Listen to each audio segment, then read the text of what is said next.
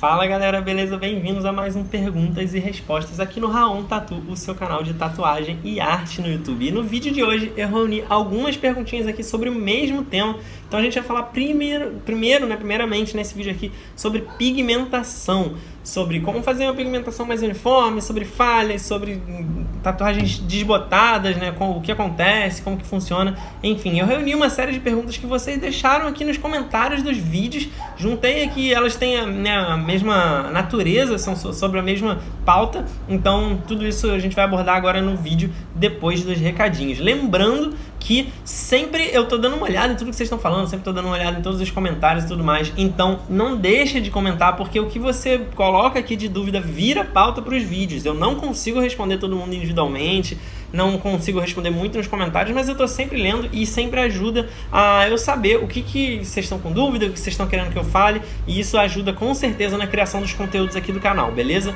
Então é isso. Vamos falar sobre isso daqui a pouquinho, fica aí pros recadinhos. Valeu. Mas antes mesmo de começar, eu quero te pedir para deixar aquele like no vídeo, porque ajuda pra caramba o canal. E se você é novo aqui, se você tá chegando agora, eu te convido a se inscrever e ativar o sininho para receber todas as notificações, porque são 5 vídeos por semana, é bastante conteúdo, e assim você não perde, não fica de fora de nada. E por último, me segue lá no meu Instagram, @RaonTatu, porque eu posto quase todo dia nos stories um material complementar a esse aqui, você vai poder acompanhar tudo que rola lá e ver meus trabalhos finalizados no feed. Então é isso, muito obrigado e agora sim, vamos pro vídeo. Então vamos lá, a primeira perguntinha aqui, quem fez foi o Vitor Oliveira e o @um gole pro santo, SNT. Eles falam mais ou menos a mesma coisa, a pergunta é, fala sobre o preto chapado, sou iniciante e todos os meus pretos estão ficando falhados, como você faz para deixar esse preto bem chapado? Então, algumas cores são mais complicadas que outras de pigmentar de forma uniforme, né, de maneira uniforme. Mas de modo geral, essa pigmentação sólida, né, cor chapada, seja preto, seja alguma outra cor, é sempre um pouco mais complicado, porque quando há variação, quando há graduação, degradê, sombreado e coisas assim, você já tem uma mudança ali, você já tem uma nuance. Quando a ideia é ser totalmente uniforme, qualquer diferença, qualquer falhazinha que aconteça fica mais evidente, né? E aí cores como preto e vermelho principalmente e amarelo por outros motivos aqui tendem a ficar mais falhados. O preto de modo geral, né, é a tinta que a gente usa não só para pintar, mas para linha e tudo mais. E aí tem gente que usa um para linha, outro para preencher de preto, blá blá. A questão e as outras, né, vermelhos, por exemplo. A questão é, quando você pinta de forma uniforme, de maneira uniforme, às vezes uma falhinha ou outra não fica aparente, porque a pele está irritada, a pele está vermelha, a pele está inchada. Então pode ser que na hora pegou tudo bem, mas em alguma hora ou outra você deixou de passar de forma tão uniforme, parece que está todo pintado, mas está só um pouquinho e vai sair um excesso. Então, vamos supor, você tem uma área toda bem pigmentada de forma, né, toda uniforme, você tem uma área que não aplicou tão bem ali, mas manchou, deu uma sujadinha na parte superficial da pele, de repente não entrou tanto quanto deveria, ou você não fez aquele movimento ali para deixar totalmente uniforme e ficou uma partezinha falhada. Mas no meio de um todo, ali, quando está super aplicado, cheio de tinta que você jogou na pele e tal, às vezes você não vê. Então tem algumas medidas, alguns cuidados que você pode ter para deixar mais uniforme na hora de fazer assim, totalmente chapado. Primeiro, de modo geral, você tem que ter mais atenção, que nem eu falei, né? Quando é preto, quando é vermelho, principalmente quando é amarelo. O problema do vermelho é que a pele irrita e fica vermelha, né? Então se confunde o irritado da pele com o que está realmente pintado de vermelho. O amarelo é pior, porque quando você pinta, ele tende a sumir, né? Não é que ele some, mas a pele fica vermelha, e o amarelo é mais claro do que isso. E aí sangra.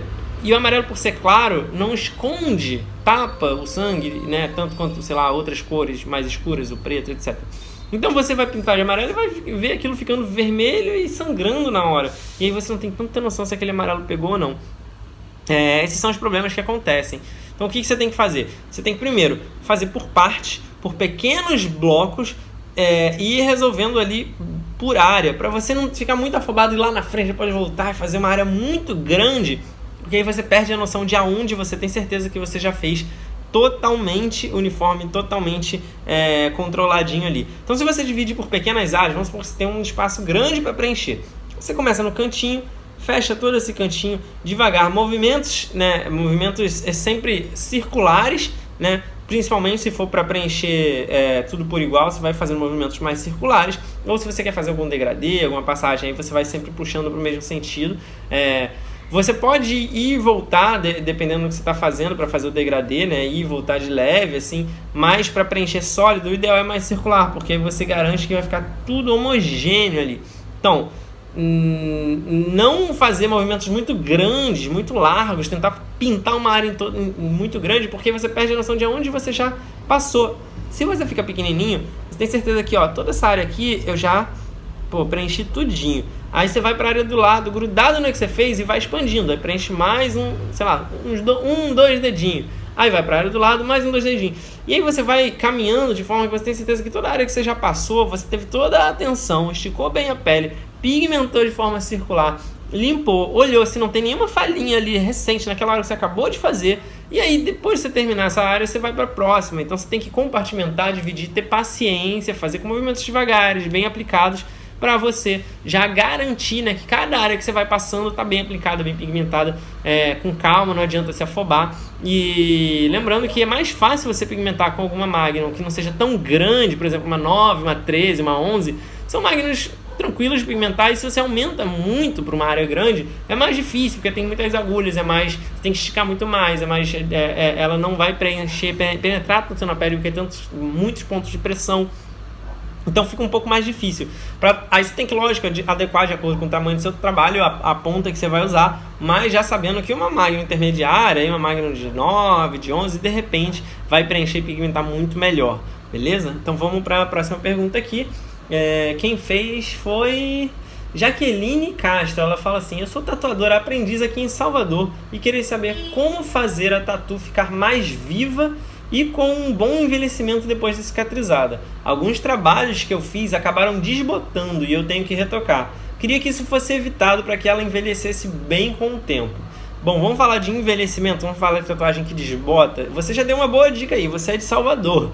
Na verdade, a gente no Brasil todo, a maioria do Brasil, já enfrenta esse problema mais do que em outros locais do mundo. Mas eu acredito que Nordeste seja um dos piores lugares aí com relação a sol. E cara, o que desbota a tatuagem com o tempo é o sol. E aí não é nada que você, tatuador, possa fazer. Você tem que instruir o seu cliente, porque é ele que tem que evitar o sol, você não tem que fazer. Então, se a tatuagem ela tá desbotada com o tempo, com pouco, vamos supor, com 1 ano de tatuagem, que deveria ainda estar muito boa, não são 10, 15, 20 anos.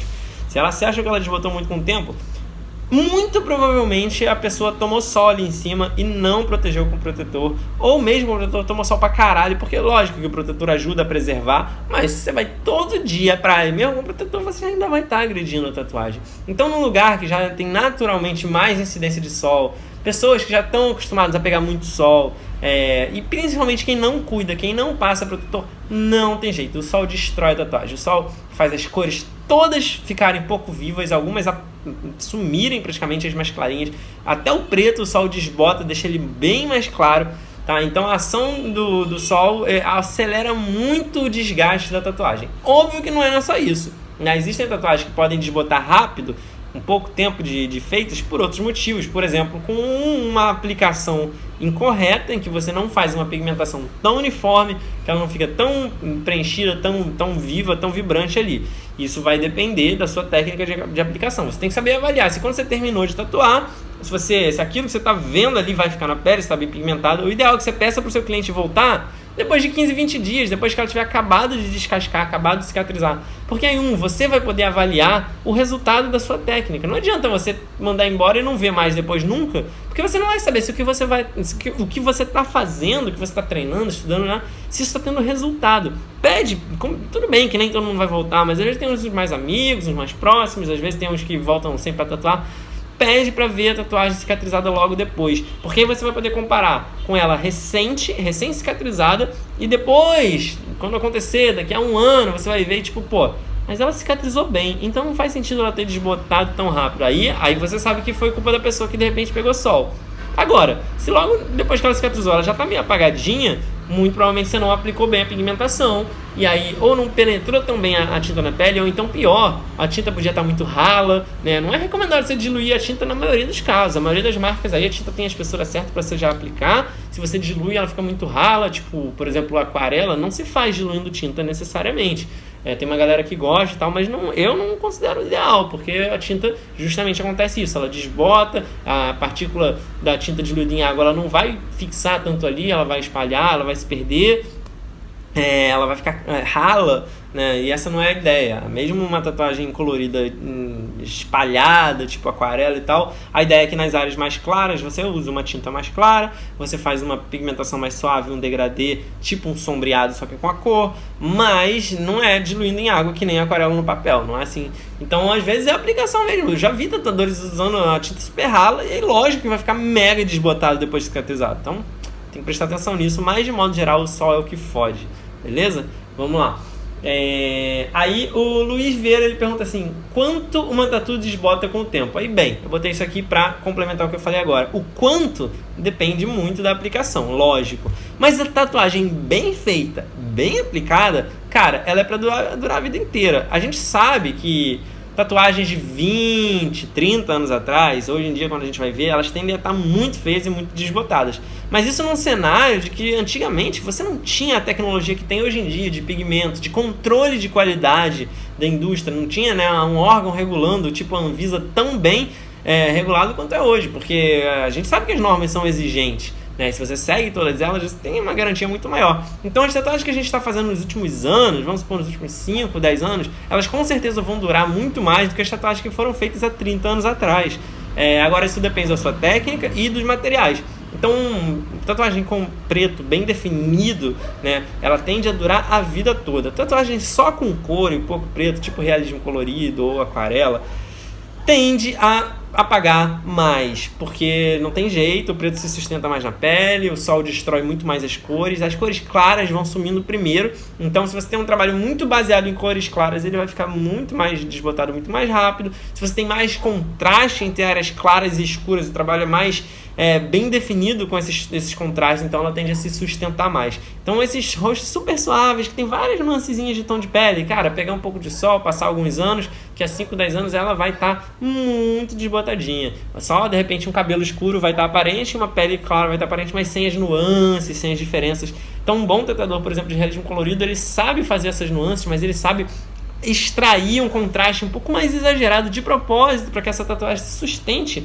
mais tempo ali na pele, né? Enfim, isso é uma coisa um pouco mais avançada que depende aí do estudo de cada um para esse tipo de técnica. Vamos lá. Dá uma olhada no trampo desse mano. Aí ele me manda aqui, eu nem sei quem me mandou, não tem o nome aqui, eu não anotei, mas me mandaram o Instagram do @Andrew com w.douglas.tatu. Aí eu fui pesquisar o Instagram dele lá, é um cara, se eu não me engano, dos Estados Unidos, Iowa, que só faz parada de anime, principalmente de Dragon Ball, é praticamente só Dragon Ball o portfólio dele, né? E os trabalhos muito bons. Aí a pessoa que mandou pergunta aqui: será que é a máquina que ele usa ou alguma técnica de aplicação? A pessoa está se referindo ao fato das cores dele serem muito vivas, muito vibrantes. Esse é um tipo de questionamento muito comum que eu recebo. Eu botei esse exemplo desse tatuador aqui, que foi o que me mandaram, mas eu já vi gente falando isso, eu já comentei, já troquei ideia com várias pessoas, e sempre tem aquele papo de tipo, caralho, já viu tal gringo? Como é que as tatuagens do cara são tão vivas, são tão vibrantes? Então tem dois fatores aí que a gente tem que diferenciar primeiro: se essas fotos estão cruas ou se elas são muito editadas, né? A gente tem que sempre levar em consideração que muita gente edita foto.